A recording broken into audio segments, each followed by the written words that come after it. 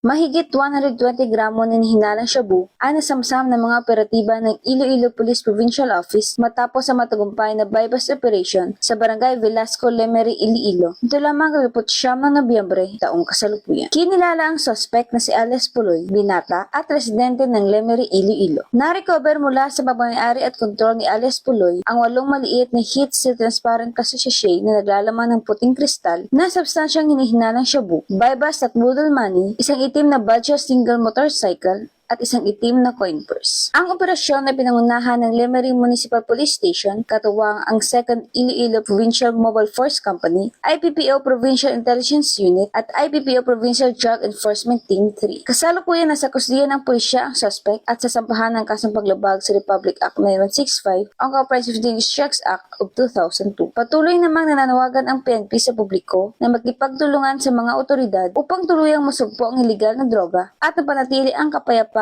at kaayusan sa buong rehiyon. Mula rito sa Western Visayas, ako niyang PNN correspondent, Patrol Woman Ninette Sablot, alagad ng batas taga-taguyod ng Balitang Pulis.